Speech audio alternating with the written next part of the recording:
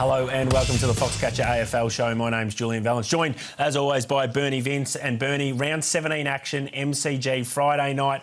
What a blockbuster. Nah, Blues completely cactus, so it's not going to be as big as what we thought, but it is still going to be something. But what we can see about this whole season is a tale of two different teams here. So we talk about market expectation a lot in terms of what actually the market thought in terms of whether they were going to lose, but not if they were going to lose, how much they were going to win by or how much they were going to lose by in terms of that. Well, Carlton have failed 10 times in this parameter, whilst the Pies are complete opposite. They've exceeded it 10 times. It just shows where they're at the ladder, isn't it? Yeah, I did the Carlton game Thursday night. Real concerns just about their attitude, the way they turned up after all the stick they copped during the week. Thought they might have come out and showed some fight, but I think Port Adelaide were on 50-odd, I think, before they kicked their first goal. So real concerns there. I think Collingwood get this one done again. It might not be as big a margin as what you probably think, being a Friday night, maybe a bit of a low scorer, but real concerns for me, Carlton. And Collingwood, they just keep ticking all the boxes. They sure do. Total point line here is interesting, 160.5. And here are the numbers that I think we want to get our head around in terms of, OK, so this is what the average that Carlton can score. They're scoring 79. We know Collingwood are really good defensively. They, around that 60 mark, but they actually can score as well. They're 93. Recent games sort of show us that it's a low-scoring game. The MCG night average is interesting this year at 157, Burn. But also, look at the times these two teams have been in unders. Now, Carlton 12 times, and Collingwood, who are top of the ladder, but actually times they've been in games that have actually scored below the market expectation in terms of total point line. 11 times. It's amazing, isn't it? It's very, very high. So you've just got to push. We talk about this, the high percentage play. If you get beaten by the high percentage play and you end up getting knocked over, it's still the right play to be. And I think the unders is the play, even though that line seems tight at 160.5. Essendon versus Gold Coast. It's at Marvel Stadium. This is an interesting game as well because the Bombers are off the bye here, K. Bernie. So there's been 20 teams that have played that haven't had to play another team off the bye this year in 2025. 20 games. 12 times they've won, 8 times they've lost, but the interesting part is 15 times they've exceeded the market expectation in that 20. I think teams perform much better off the bye than throughout the season. Yeah, Essendon will need all the help they can get with this one, and I know the stats are leaning towards Essendon going well.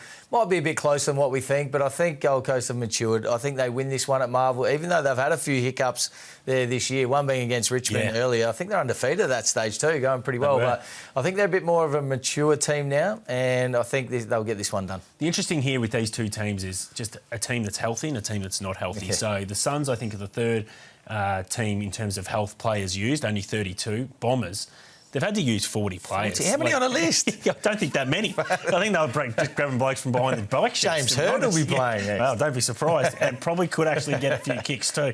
Don't worry about that. So that's just the key. They're just really struggling, the Bombers. Maybe off the bye will help, but I think they were getting injured during the bye as well, so that doesn't help them either.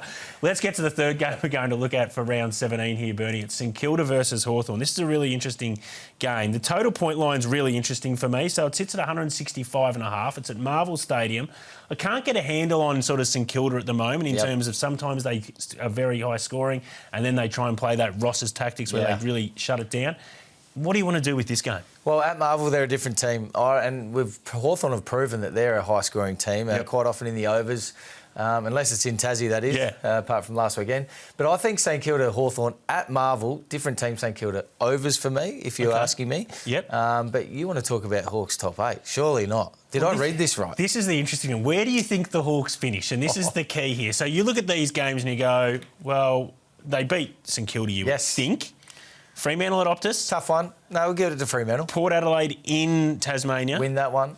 And Carlton at the MCG. They win that one. OK, I think St Kilda can just about knock them off. I reckon Fremantle will beat them, and then I reckon Port Adelaide will knock them off in Tasmania. Oh, hang on. So they lose there. Yeah, here we go.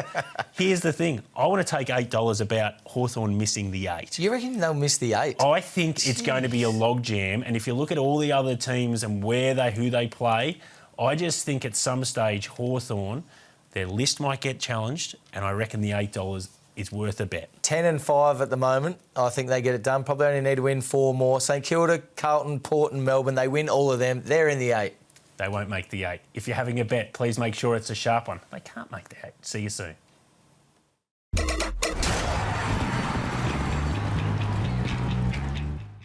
Chances are you're about to lose. For free and confidential support, call the number on the screen or visit the website.